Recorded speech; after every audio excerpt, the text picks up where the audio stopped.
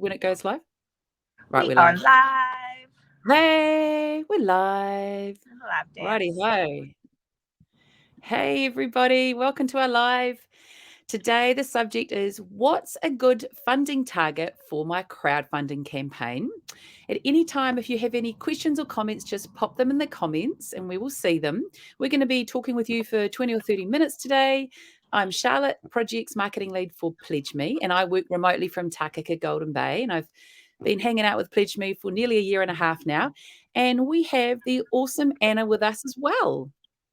Anna calling in from a car. So this time people won't get a cat trying to come into the conversation, but they might get some road noise coming into the conversation. Nice. And whereabouts are you on the road?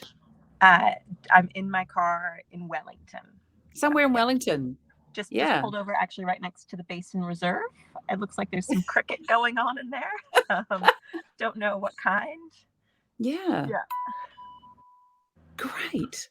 We don't want to do boring lives. So this really brings the color in. All right, so I wanted to talk about this issue because many people don't realize that there actually is a strategy to apply when you're setting your minimum target. And that most definitely included me when I came on board to work for PledgeMe. So I've learned a lot about this lately. And so starting with the first thing we wanted to talk about was these days we suggest that people set the absolute minimum funding target. So the most conservative funding target that they can think of that will cover their costs. So we just really suggest people have a think about that, don't we, Anna? Totally. It's like, what is the actual amount of money that you need to take you to that next stage? In that you can think about like, well, what would happen if I actually got someone else to do a piece of this work rather than, doing it all in house? Or like, what are the different ways you might be able to make it cost less? But putting that minimum up because that's exactly what you need to make the thing happen. And often either set stretch goals if it's a project campaign or a maximum goal if it's an equity campaign that shows you what the fuller budget would be if you were doing more things or adding in extra outputs from the campaign. Awesome. And it's worth, while we're talking about the subject, noting that, well, bear in mind, you can always go higher, as Anna mentioned. So, at a project campaign level, you can pretty much go, as high as you can go. And there is a 2 million cap with equity raises, right, Anna? Yeah. So in New Zealand, you can only raise a maximum of 2 million when you're going out to the public for investment. But often people will set maximums that are lower than that. It just depends on how much of their company they want to sell in that round. Mm-hmm. And definitely with projects, I think it's really important for people to realize that while I'm suggesting people go with that, conservative minimum target, they can go way, way above that. And that's when we bring in things like stretch goals, which I'm actually going to ask you a little bit about that in a sec, Anna. We can go more into detail about that. A lot of people don't realize that, I think. Yeah. Did you want to? I was just going to say, this will get into the stretch goal conversation, so we might not talk to it too much, but there was a campaign recently that raised 10 times the amount of money that they wanted at their minimum, right? Yeah. Rat King. And I actually saw them on the weekend at the Wellington Cuba Duper Festival giving out their copies of the magazine that they printed thanks to the crowdfunding campaign. Amazing. So, yeah. Yeah, that's a great example, and heartening for people to realize that, I think, because it can be kind of grounding, setting such a cautious minimum target, but then to know it's not restricting you really. It's just making sure we get you over the line, and which is the next point that I wanted to talk about, which was for first-time crowdfunders. Crowdfunding is a skill set. So that's why we want you to reach your minimum funding target and experience success. And at the same time, as you go through that process, you'll be learning a lot more than you thought you would learn about crowdfunding, right, Anna? Totally. Going through the process can help you figure out what your crowd reacts to, and can help you think about future campaigns as well, what you might do differently or what you might include. And just with just back to the setting the cautious minimum, the reason you want to be cautious but still be clear is because you still want to make sure you raise enough money do the thing that you want to do. Like, the worst thing in the world would be to raise money but not actually be able to deliver what you promised to your crowd. So you do need to think about that. Like, it's the minimum, but still being able to deliver the thing that you said you want to do is really important.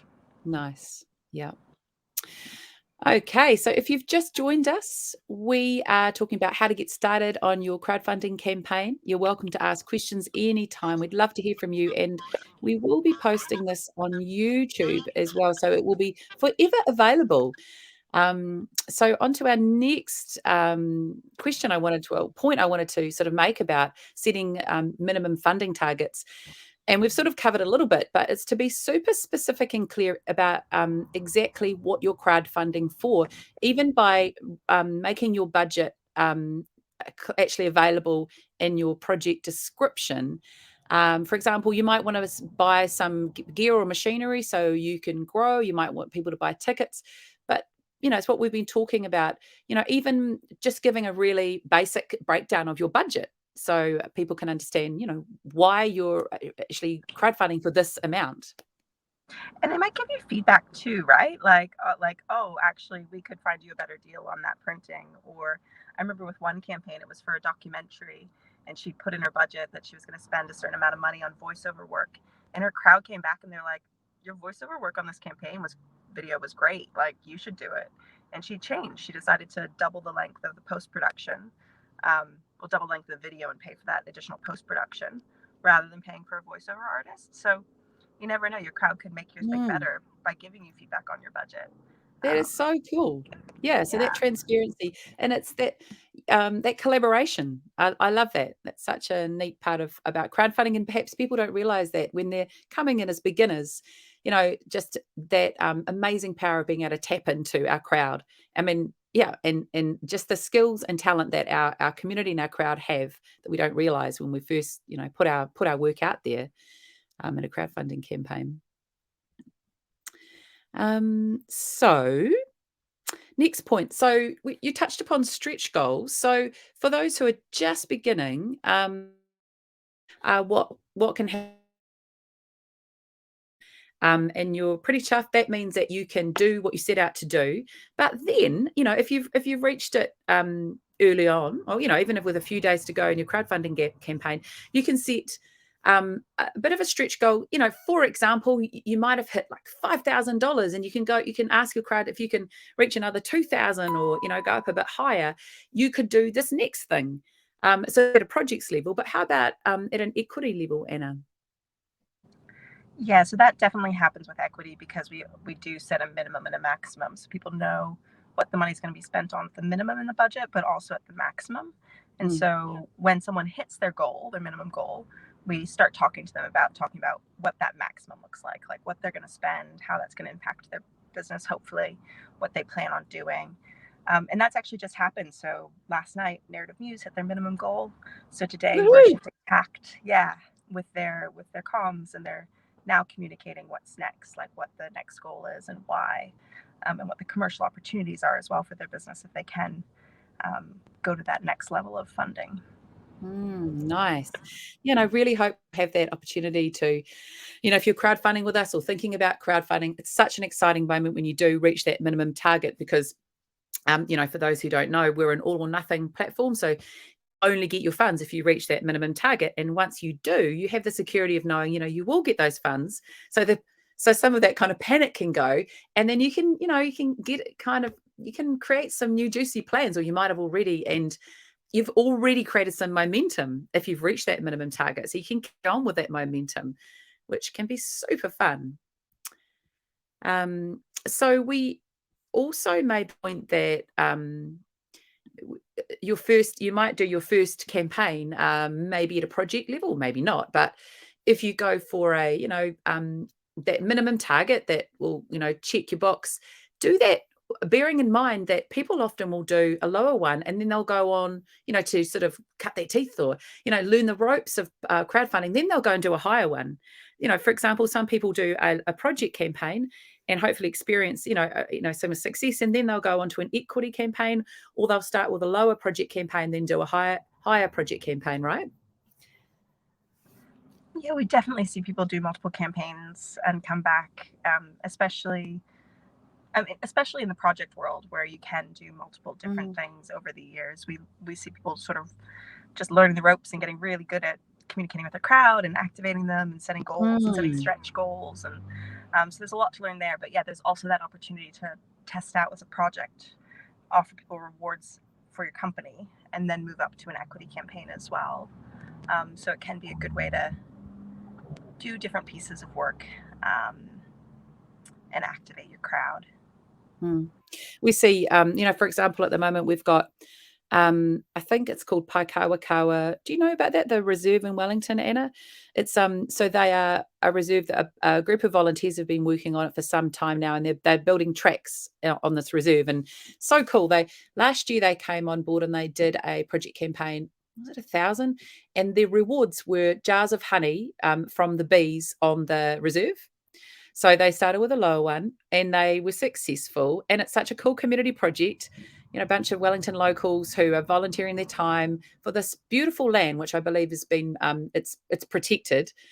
So it's never going to be no one's ever going to build on that land. This bush block's going to remain as it is. And this year they're doing another one. They're going a bit higher, so they're going for a higher minimum target. Once again, I think they've doubled their beehives on the land, so they're going to have more honey, more. So people just get their jars of honey via this campaign. Those are their rewards, and that's a nice example of a community project where they're just going up just a little bit, stretching a little bit higher. And some people will do it, like I've seen a 20,000 project campaign, then they'll go up to 50,000. And I know that the business I'm thinking of are now thinking about doing an equity campaign. So it's that learning curve. And I think people think they have to go into campaigns with like the gold plated budget. This is going to cover everything. This is what I need. I want to make all these big things happen. But it's actually better sometimes to think about what's that next step, what's that next year or 6 months, rather than what's the next 10 years, because it's more achievable, right? To get that next wee while covered. Because things change as well, right? Like as you go, you figure out new things about your business or your project and decide to do something else. So wouldn't recommend thinking too long term or too fully formed and perfect. Like, what's that minimum? What's that next 6 months to a year? Nice. Yeah, nice one. So we're coming to the end of my list of sort of points I wanted to make today. If you've just come on board with us, this is your last chance to ask any questions, but otherwise you can always ask questions. If you stumble across this somewhere, you can just post a question in the comments here. So in summary, about and Anna hasn't had a chance to look at my summary yet, so feel free to give your feedback on this one, Anna. Start by going for a moderately low conservative minimum target so that you can learn the ropes. You can hopefully get a win under your belt, and then maybe if you do another crowdfund with us, you can aim a little higher. Got anything to add to that, Anna? I do want to say, though, that all rules are made to be broken. And I remember one campaign in particular where they came to me, and it was, back in maybe 2013. And they were like, we want to raise 80K. And I was like, that's a big goal. Like, I'm not like, are you sure you want to do this? Like, at the time, I think our largest project had been 30,000. And they were like, no, we're really clear. Our crowd wants it. This is what we need. This is the minimum. And they did it, So I think Love it. Yeah. Don't take us telling you what your minimum should be. It's really you deciding that with knowing what you need and knowing your crowd, because it could be way larger. It doesn't need to be small, but be clear about why you're going big if you're going big. Yeah, I think that would be my advice. Yeah, thanks for making that point. And definitely I've seen project campaigns coming through, and I think, and I've sort of cautioned them, and they've stuck with that minimum target, and they've blown it out of the water. They've got a strong crowd around them. So yeah, I totally agree. Rules are made to be broken. Yeah, and these are guidelines, but totally trust your gut, trust your crowd. If you have a strong community around you, that is your superpower. So totally. That is your superpower. Your crowd is your superpower. So as long as you're clear on what you need the money for and you're clear on who your crowd is, give it a go. Awesome. So we are wrapping up this live for today. Thanks, Anna, for pulling over by the cricket. Can you see the cricket players back there?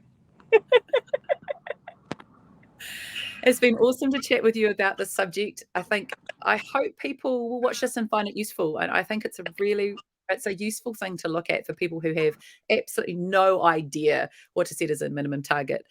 So yeah, that's us for today. Awesome. Thanks for everyone who watched this live, but is also maybe coming in later and watching it after the fact as well. Brilliant. We'll see you for our next live, probably next Monday, if we carry on with this momentum. Awesome. Thanks. Awesome. Thanks, Charlotte. Bye. Bye.